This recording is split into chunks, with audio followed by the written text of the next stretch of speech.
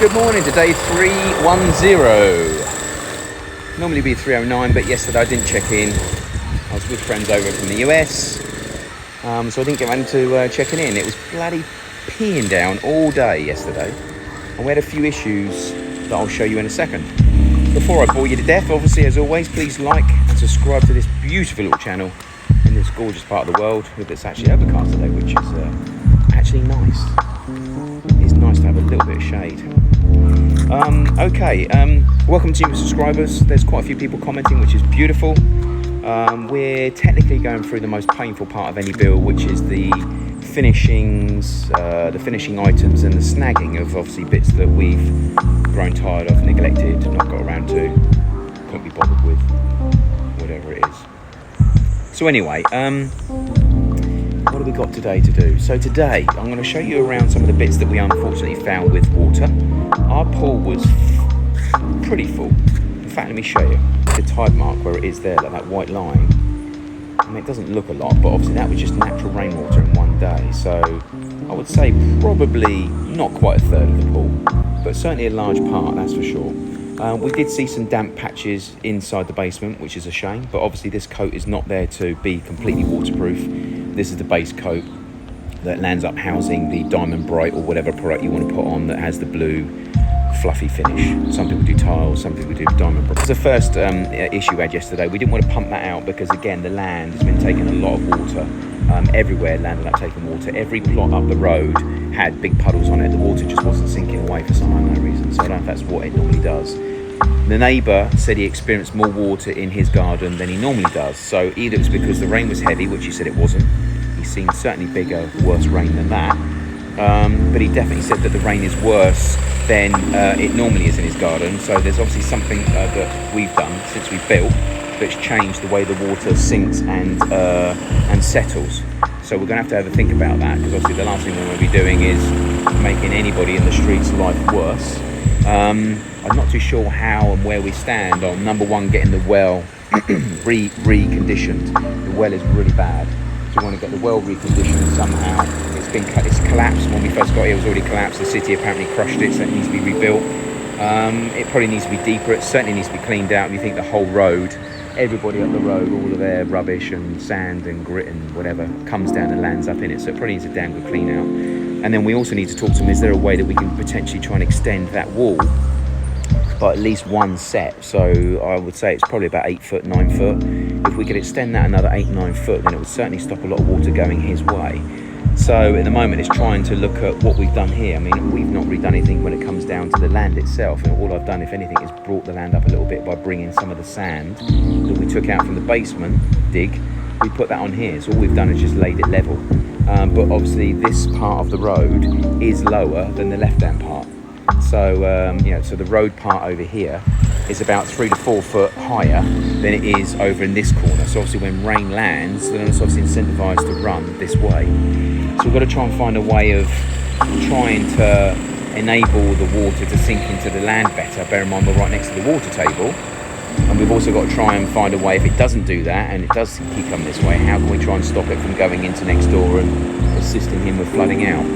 We also want, in this corner here, to do some form of sump hole with one of these float triggered electric pumps. We can connect into his feed out to the beach, so at least if water does come in, it triggers in and it pumps water off. That's one thing we definitely need to do, because I can't see how we're going to stop this happening.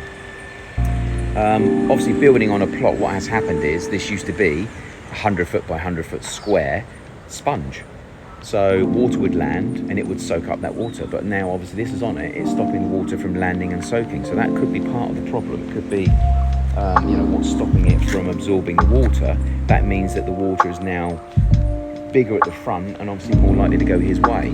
Now there's another 3 houses being built down this road in the next 12 months as well, so it's only going to get worse. We need to find a solution to ensuring that this part of the beach doesn't land up becoming deeper and more boggier the more people that build.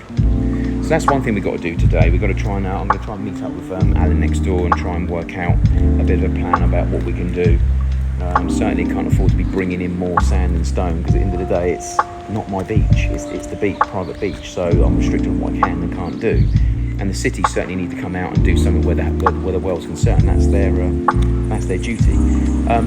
No one's really resided here for many years, and in the last 10-15 years more and more people have come here. So things like electric, there's no lights down the road. They don't put the lights here because there's no residents. So now there's residents, we need to find out and get lights put in. And so I think it's at a point now where they need to understand that there's more that needs to be done. So we need to ring up about the lights on the front, the well needs to be looked at, potentially needs to go deeper. So yeah, that's something we definitely need to look at doing.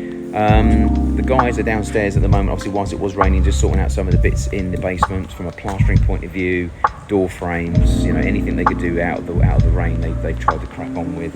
The water has obviously helped the back part settle in a bit more, fingers crossed, that's the aim. But obviously we're not going to do any external painting, etc. So we're working inside at the moment on some skirting boards, some door hinges. Apparently the doorman's coming to finish off the doors today, which we'll see. I won't hold my breath on that one, I don't want to suffocate. Today we're finishing off bits in the basement. There's some plastering of holes that still need to be finished off. There's the door frames that need to be done. The guys are looking at the front lips on the bifolds because at the moment they're very jagged, so we need to finish those off.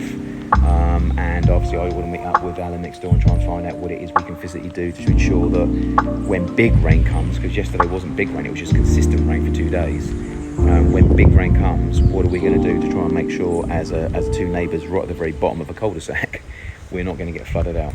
So anyway, like and subscribe, give me some comments, any feedback you've got, any advice you've got, stick it in the comments below. I'm going to go and have a chat with him now, and throughout the morning stroke day I'll update you on what we've physically been doing. But it's literally a bit tediously finishing off, but it's still loads to be done. Okay, so we're at 5 o'clock. Everyone's gone. I've come back. Give you a quick overview of what they've actually done today. Again, rain hindered us massively, so not a great deal has been done, unfortunately. Okay, so what have we done? Laid this, but as you can see, rain penetration all over it. Just trying to get something on here so we can actually walk and stop walking the mud everywhere. Bless them. They've cut through the concrete here so that we can actually dig this out at some point when the rain stops and get this mounted into the floor deeper, and then run this all the way over to the floor, to the wall, sorry, but obviously straight, not pissed like that. That will do my absolute head in. So that's what's got to go over that way, straight for the wall, and then we'll run it all the way to the road. Someone even suggested that in one of the comments. Exactly what we would do. We're also considering putting another hole in the actual patio here. So we've got one here which actually comes through to this pipe. We're going to put another one, as you can see, this puddle. When this gets quite a bit of rain, we've actually seen that this actually puddles quite deep here. So we're probably going to put another one in here, take it through into the ceiling here, run it along through the wall, T-junction into this pipe, and obviously run this out to the road to try and get the water off of the site. They've not been able to do anything out here because this is still so boggy. I mean, as soon as you stand on it, it just literally sinks. And at the same time, this grey brown mud is like clay. It really is absolutely evil. The guys have spent a bit of time downstairs today sorting out some of the door frames. That's all locked up, so I can't show you, but I will at some stage. The door here is swollen, as you can see down here. Normally this is meant to have a finish on the front, so it actually stops the water, so it comes down and drips off. But because that's not on here, the water itself has been dripping down and then just sitting there and now sinking into the bottom of the door, and now the door's swollen, which is absolutely brilliant. Nothing's really happened in here, obviously, because there's nothing due to be done. You can hear the pumps going. There's a damp patch here, as you can see, but that's obviously where the water's coming into here and draining along, as it is here. So we need to get that sorted out sooner rather than later. Everything's going a bit of a yellow colour because it's all got wet in the last couple of days, and it keeps on getting wet, and it's not going to stop getting wet until the rain eases off. The good thing about the rain, obviously, is it's helping the mud settle in. So all of this has been new. We put blocks down there. We've got the marl over there that I told you about earlier that's got to be put down here, and then we're going to slope that up towards the manhole. But it's helping the mud settle in. That's the only positive. This pipe has still got to be taken 45 degree or 90 degree angle over to here. We've got to put some form of soak away here, and we've also got to build some form of sump. I've been talking to the neighbour about trying to put some form of sump where the water will land up going into the sump, and then we'll have something connecting into his pipe, and we'll pump out to the beach. So that's definitely got to be done. As you can see, the aftermath, water was sitting here, so this has got to be built up. water all sitting here. This is where a lot of water's been sitting. Water sitting here, here and here. A well which is completely, well, it's good, but it's collapsed and it needs to be sorted out sooner rather than later. So we've got to talk to the actual city about coming out and fixing it. The rumour is that there was something going on the beach. I don't know what's happening, but this is going back 5-6 years ago. They came down with an excavator to try and stop what was going on. They drove over here, drove over the well, crushed it, went and did what they got to do and never came back to repair it. So they need to come back and repair it. If one of my kids falls down there, it's not going to be pleasant for them, that's for sure. So we need to talk to them about coming out, getting that rectified, and making sure that the well actually does what it needs to do. Because as you can see here, the well itself is not handling the water as it should do, but rather than saying I can't handle any more flood into the road, it's just flooding into here. So it's just pouring through here, and obviously because this lands at an angle, you can see the lines here. This is where the water just lands up coming over and sitting here. So I need to get an excavator in here, a bobcat, and I need to physically get this berm pushed harder against the wall over there to stop the water going that way, because at the moment it's flooding all the way around to the lowest point, which is him. And I also need to make sure that anything to do with the sand itself is just a little bit more level, flat. At the moment the land is aiming right, so the road level over here is obviously higher than over here, so we just need to try and get it leveled a bit more. This over here is obviously where a lot of sand was taken from over there. We just need to get that dug out, and potentially we can get a lot of water sitting here until it sinks away. It's just trying to hold it whilst the water settles into the ground. All the time it's at an angle that the water runs, it doesn't get a chance to settle. So that's one thing we definitely need to do. The other thing we did was rod these and redo these. So these two have been done, so these are now a little bit flush. With the front, we're now doing these two here, so they've been chased out a little bit and they'll be filled. And eventually what I'll do is I'll literally paint them with like a garage floor paint. I'll paint the whole thing so it's not a changing colour. We've done the white because we didn't want the front looking bad. So from the front now we'll have a nice white edge, which you can just about see. But what I'd have to do is obviously paint the top to ensure that when you're looking down, you're not seeing a dual colour. So yeah, we'll get that done. And I've said to the guys, they have to make sure this sheet here, I don't want any crap, certainly white crap all over the sand, because we've just had all this done. And it seems to be what we do all the time. We literally get things done, get things finished, and then we come and smash them up in the air again. So, pretty much where we are for the day. The door fitters have come and done the doors, and without being rude, they're absolutely awful. So I said to them today, please do me a favour, put some time and effort into making sure the door quality is good. The hinges should be flush. The hinges should not have to be filled and sanded and painted. The door should shut. The handle should be good. All of the fittings that go on the door should be Stanleyed and should be chiseled out properly. And I was assured you will not see any issues. And I've come in tonight and I'm like, I'm just absolutely blown away at how bad it is.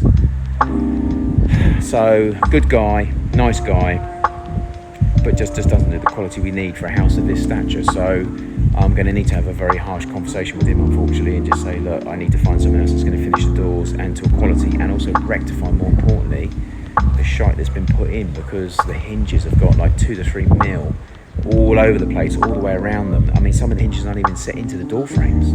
They're just screwed onto the door frame. Not one hinge has got all screws in it.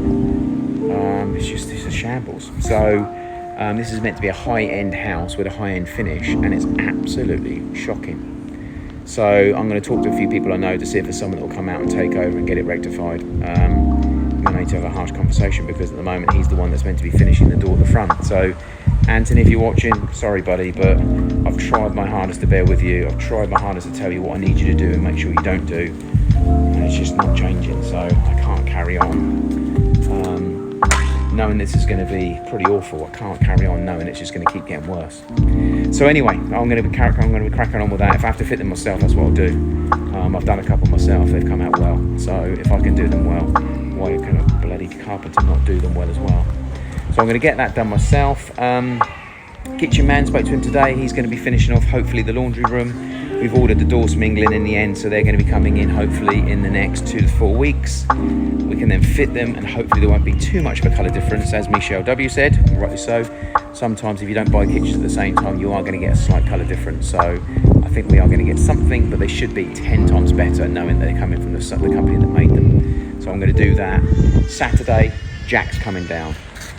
Friday, Saturday, Jack's coming down. Can't bloody wait. All the formwork's coming out. All the Jack's coming down. And I can then start getting the ceiling done, the electrics done, and start getting all the frames done. So we can finish off the top frame in here, this piece from here upwards, and all the way across and all the way down. And we can get the same done with the front. We can get the inside around the ceilings done. We can get the floor, we can get the ceiling done. And then it's just literally waiting for the garage door, which is another issue we've got. Not a Bayesian problem this time. I ordered and bought the garage door from an English company called, I think they're called Roller Doors. I'll double check and let you know, because at the end of the day, anybody buying a door from England, you need to make sure that you're referred to great companies and you're deferred from companies that do a crap job. Well, my company at the moment is not even communicating, so from my point of view, I will make sure that you guys know who that is in case you fumble across them. I definitely think it's better you get the door off the island than it is on the island, because at the moment you get a different quality and a different finish. But if you're dealing with a company that's a broker of a broker of a broker, then you're not dealing with the organ grinder, you're dealing with a monkey. So I'm getting a monkey that's not even returning phone calls, and it's now been 6 months. It was meant to be a 6-week turnaround. So anyway, I'm still waiting for that. So even if we get the garage inside finished off, we're still not going to have a door to fit, which is an absolute pain in the arse. So anyway, story of my life. But the doors, hopefully, for the cottage should be hopefully available to be released by the end of this week. We can then get them here and start getting that stuck in so we can get that sealed. And again, it will transform the look of it. Rather than having nicotine-stained white panel doors, you can actually get some nice grey anthracite double glazed windows in there. They'll look beautiful, and on top of that obviously it will seal it and stop the moisture getting in if there's any rain. So hopefully we'll get those this week. What else is there? Some people have asked for pictures of the building when it's at night, so tonight I will take some pictures. I will upload them to Instagram. I've not actually got around to doing anything on Instagram for the last week, but I will be back on there in the next couple of days uploading some older stuff. I'm not posting any new stuff because I'm trying to get it all in date order. So it starts from day one all the way up to where we are today, but there are shed loads to put on, as you can appreciate. So I'll try and get as much put on there in the next couple of days as I physically can. Certainly once my guests here have gone home, which I'm not looking forward to obviously, but once they've gone home I'll have more time to upload a lot more stuff and get up to speed with things. And then I can start posting daily stuff each day, because at the moment I'm not doing anything daily because obviously I still haven't got the old stuff on there yet. But anyway, whilst I'm on, please help me like and subscribe. Do go on the YouTube channel and the Instagram channel as well as this YouTube channel, and help me like and share and subscribe. Any comments, please let me know. Other than that, yeah, tomorrow is going to be a different day. Fingers crossed the rain will go, because at the moment every day it's just raining and the guys just can't get anything done. So we are obviously focusing on the shaded areas where we've got to do door frames and filling of bits and tidying up. So we have been doing things, but it doesn't feel you're actually achieving anything when you're just doing general admin stuff. So fingers crossed tomorrow the rain will start subsiding and disappearing. We can also start letting the land dry out, so next week we can start looking at potentially getting the bobcat out to sort out some of the actual finishing off the rest of this, because obviously this is still not completely leveled, and obviously by then hopefully the rain would have allowed it to settle in. So we'll know exactly where we've got to put soil and where we haven't. And then also we can focus on the front, and we can also get some of the external parts finished off as well. So that's the aim. Tomorrow I will get the guys, hopefully, to get up here and finish fill in some of these holes whilst they're doing the front with the white mortar. They may as well use some of it to fill in here. And we've also got some bits over here as well. And I've still got to get the painter to get up there and get that horrible boil. Looks like a boil. Bloody horrible thing up in the ceiling where the water came through. We need to get that cut out. We need to get that re-prepared. We need to get probably some stain blocker on it, get it filled and get it resanded again. So anyway, that's pretty much where we are today so far. Anything changes I will let you know, but other than that, thanks for checking in. Don't forget to like and subscribe before you disappear, and I will see you tomorrow. Take care.